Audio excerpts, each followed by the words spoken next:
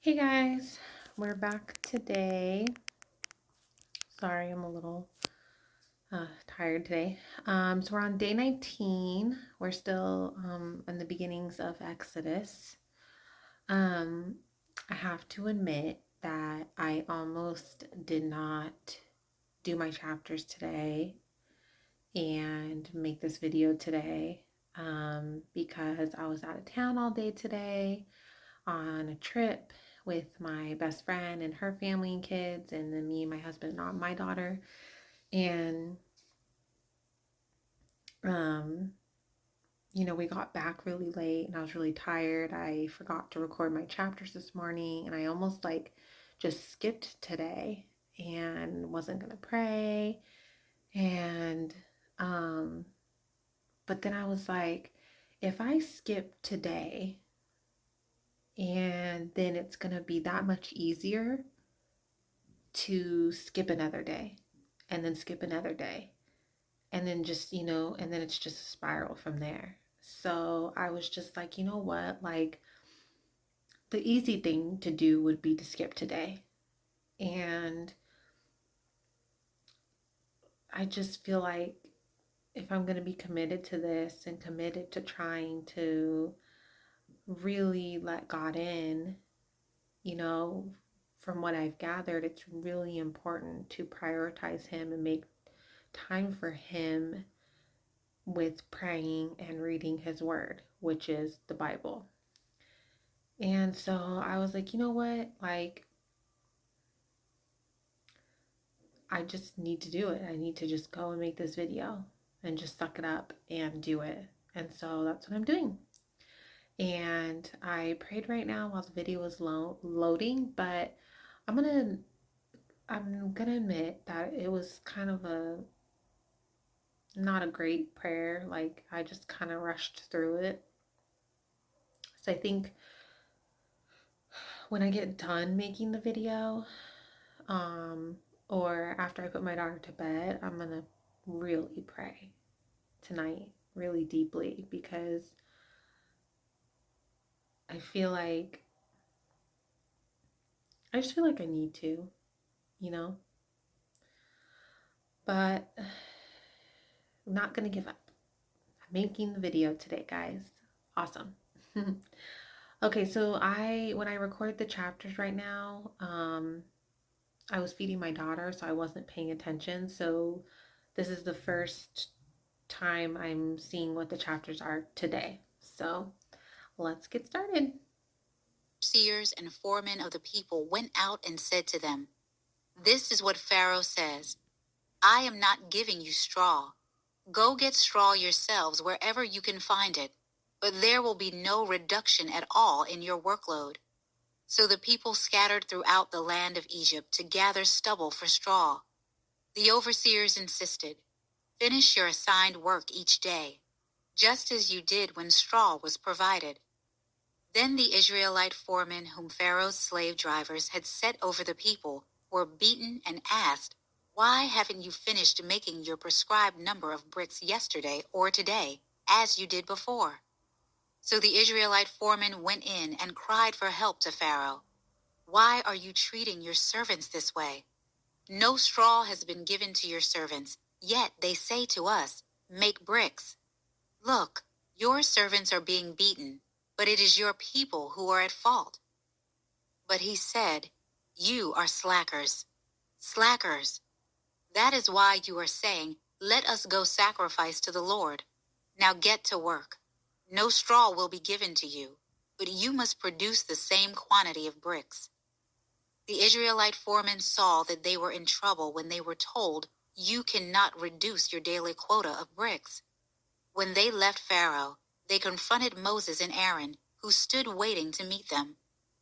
"May the Lord take note of you and judge," they said to them, "because you have made us wreak to Pharaoh and his officials, putting a sword in their hand to kill us." So Moses went back to the Lord and asked, "Lord, why have you caused trouble for this people? And why did you ever send me? Ever since I went in to Pharaoh to speak in your name, he has caused trouble for this people.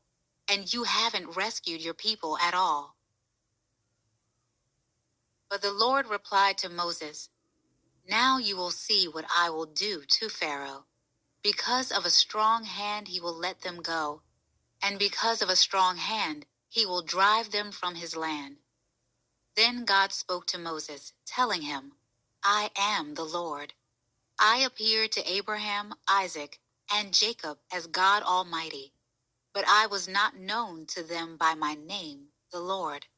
I also established my covenant with them to give them the land of Canaan, the land they lived in as aliens. Furthermore, I have heard the groaning of the Israelites, whom the Egyptians are forcing to work as slaves, and I have remembered my covenant. Therefore, tell the Israelites, I am the Lord, and I will bring you out from the forced labor of the Egyptians and rescue you from slavery to them. I will redeem you with an outstretched arm and great acts of judgment."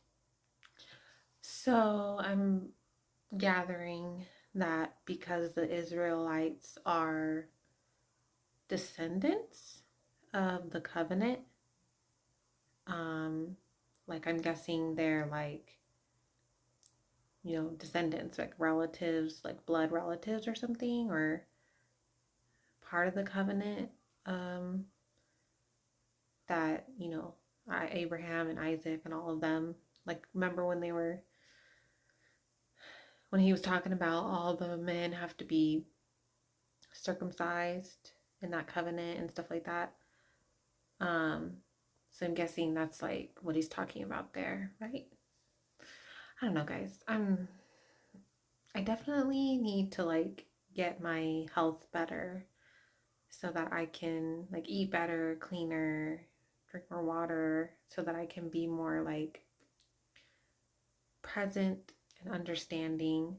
And and two, at the end of all of this, I'm still feeling like, which I suspicious that I will be, like very like into God and stuff like that. I'll probably definitely be reading the Bible again, but this time I feel like I'm gonna like really like the next time really like um take it in. Almost like when you watch a movie for the first time and it's very new and you're just kind of like taking it all in, and then you watch it for a second time and then you almost feel like you are seeing more, understanding more, taking it in more, seeing more messages, I feel like it's kind of like that right now. I feel like this is just like also new and I'm just kind of like taking it in, that like some of it I'm having trouble like remembering and trying to piece it all together. But I feel like if, when I read it again and I'm further down this journey and God's more like, he's more in my life and I'm more like involved and more really like having true faith and belief, I think then I'll be able to process it better, right? I think so. "I will take you as my people, and I will be your God. You will know that I am the Lord your God, who brought you out from the forced labor of the Egyptians. I will bring you to the land that I swore to give to Abraham, Isaac, and Jacob, and I will give it to you as a possession. I am the Lord." Moses told this to the Israelites, but they did not listen to him because of their broken spirit and hard labor. Then the Lord spoke to Moses, "Go and tell Pharaoh, king of Egypt, to let the Israelites go from his land." But Moses said in the Lord's presence, "If the Israelites will not listen to me, then how will Pharaoh listen to me, since I am such a poor speaker?" Then the Lord spoke to Moses and Aaron and gave them commands concerning both the Israelites and Pharaoh, king of Egypt, to bring the Israelites out of the land of Egypt. These are the heads of their fathers' families.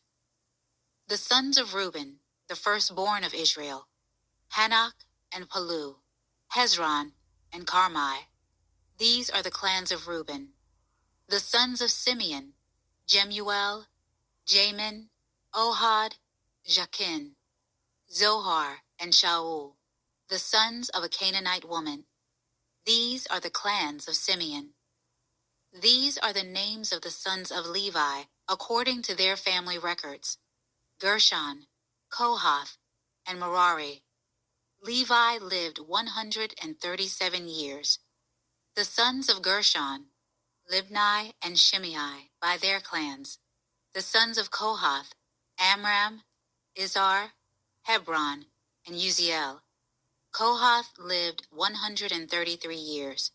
The sons of Merari, Malai and Mushai. These are the clans of the Levites, according to their family records. Amram married his father's sister, Jochebed, and she bore him Aaron and Moses. Amram lived 137 years. The sons of Izhar, Korah, Nepheg, and Zikri. The sons of Uziel, Mishael, Elzaphan, and Zithri. Aaron married Elisheba, daughter of Amminadab and sister of Nahshon. She bore him Nadab and Abihu, Eleazar and Ithamar. The sons of Korah, Asir, Elkanah, and Abiasaph. These are the clans of the Korahites. Aaron's sons Eleazar married one of the daughters of Putiel, and she bore him Phinehas. These are the heads of the Levite families by their clans. It was this Aaron and Moses whom the Lord told, "Bring the Israelites out of the land of Egypt, according to their military divisions." Moses and Aaron were the ones who spoke to Pharaoh, king of Egypt, in order to bring the Israelites out of Egypt. On the day the Lord spoke to Moses in the land of Egypt, he said to him, "I am the Lord. Tell Pharaoh, king of Egypt, everything I am telling you." But Moses replied in the Lord's presence, "Since I am such a poor speaker, how will Pharaoh listen to me?" The Lord answered Moses, "See, I have made you like God to Pharaoh, and Aaron your brother will be your prophet. You must say whatever I command you. Then Aaron your brother must declare it to Pharaoh, so that he will let the Israelites go from his land. But I will harden Pharaoh's heart, and multiply my signs and wonders in the land of Egypt. Pharaoh will not listen to you, but I will put my hand into Egypt and bring the military divisions of my people, the Israelites, out of the land of Egypt by great acts of judgment. The Egyptians will know that I am the Lord when I stretch out my hand against Egypt and bring out the Israelites from among them." So Moses and Aaron did this. They did just as the Lord commanded them. Moses was 80 years old and Aaron 83 when they spoke to Pharaoh. The Lord said to Moses and Aaron, "When Pharaoh tells you, 'Perform a miracle,' tell Aaron, 'Take your staff and throw it down before Pharaoh. It will become a serpent.'" So Moses and Aaron went into Pharaoh and did just as the Lord had commanded. Aaron threw down his staff before Pharaoh and his officials, and it became a serpent. But then Pharaoh called the wise men and sorcerers, the magicians of Egypt, and they also did the same thing by their occult practices. Each one threw down his staff, and it became a serpent. But Aaron's staff swallowed their staffs. However, Pharaoh's heart was hard, and he did not listen to them, as the Lord had said. Then the Lord said to Moses, "Pharaoh's heart is hard. He refuses to let the people go. Go to Pharaoh in the morning. When you see him walking out to the water, stand ready to meet him by the bank of the Nile. Take in your hand the staff that turned into a snake. Tell him, 'The Lord, the God of the Hebrews, has sent me to tell you, let my people go, so that they may worship me in the wilderness.' But so far you have not listened. This is what the Lord says. Here is how you will know that I am the Lord. Watch. I am about to strike the water in the Nile with the staff in my hand, and it will turn to blood. The fish in the Nile will die. The river will stink, and the Egyptians will be unable to drink water from it." So the Lord said to Moses, "Tell Aaron, take your staff and stretch out your hand over the waters of Egypt, over their rivers, canals, ponds, and all their water reservoirs, and they will become blood. There will be blood throughout the land of Egypt, even in wooden and stone containers. Moses and Aaron did just as the Lord had commanded. In the sight of Pharaoh and his officials, he raised the staff and struck the water in the Nile, and all the water in the Nile was turned to blood. The fish in the Nile died, and the river smelled so bad the Egyptians could not drink water from it. There was blood throughout the land of Egypt. But the magicians of Egypt did the same thing by their occult practices. So Pharaoh's heart was hard, and he would not listen to them as the Lord had said. Pharaoh turned around, went into his place, and didn't take even this to heart. All the Egyptians dug around the Nile for water to drink because they could not drink the water from the river. 7 days passed after the Lord struck the Nile. Then the Lord said to Moses, "Go into Pharaoh and tell him, 'This is what the Lord says.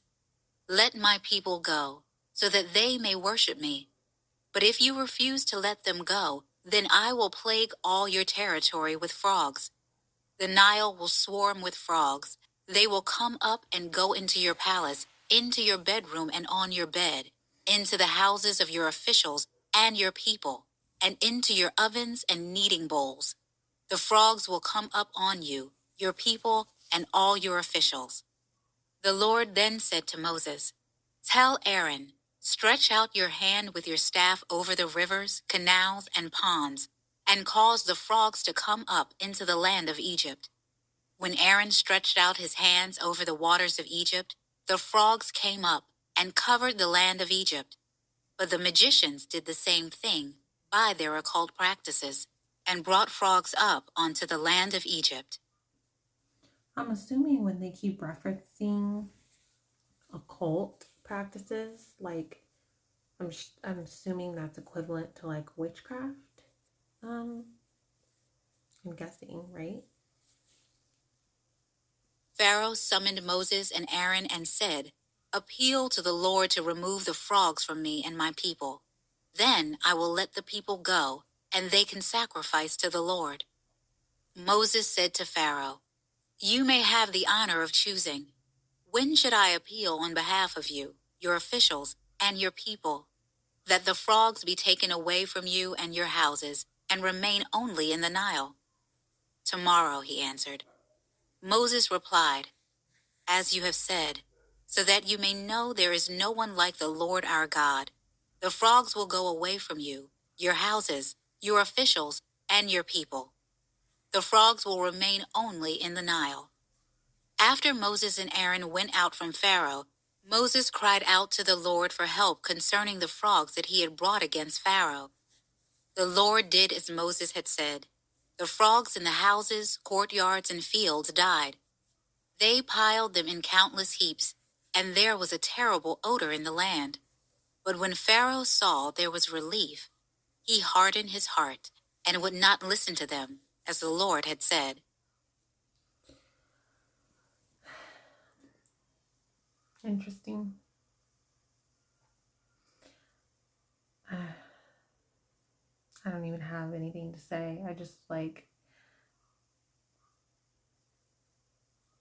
it interesting that like everything that Moses, like the Lord's telling Moses will, that he's doing, these magicians that they said that they were are like using their occult practices, which has to be like the equivalent of like witchcraft, to mimic what, God, the Lord, is doing.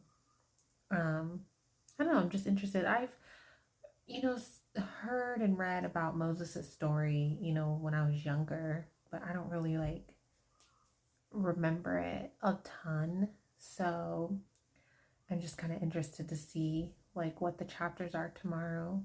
So I don't know, guys. But I'm definitely going to pray again tonight before I go to bed. And I need to focus more on taking care of myself so that I can be more present for when I read the Bible, more present for when I do pray. Um, because I don't feel good every day. I'm tired. I have a headache, and it's because I don't take care of myself, and so it's like, and I definitely think that like the enemy, the darkness, is trying to like Satan and his demons are trying to like use this against me right now. Um, I feel like they're like, oh, okay, this is what we can use right now to keep her down. Lack of sleep, eating poor, not taking care of herself, and we can use this to like keep her from, you know, getting any further with God and the Bible. Because I've noticed when I started reading the Bible and started praying, I definitely noticed like I felt them trying different things to like keep whatever grasp they could, whatever stronghold they could on me. Um, like I feel like they're grasping at straws right now. Um, so I definitely need to like just keep going and keep trying and keep praying. And I think the best thing I can do right now is really focus on taking care of myself, eating better, drinking more water, getting, going on for walks, getting enough sleep. And I think that as I start to clear that out and get better, I think I'll start to feel better physically. And then I'll be able to give more of my attention and like concentration and, you know, um, on when I'm reading the Bible and praying. So I don't know, guys. I'm tired. It's been a long day. Um, well, join me if you want to read with me tomorrow. Good night, guys.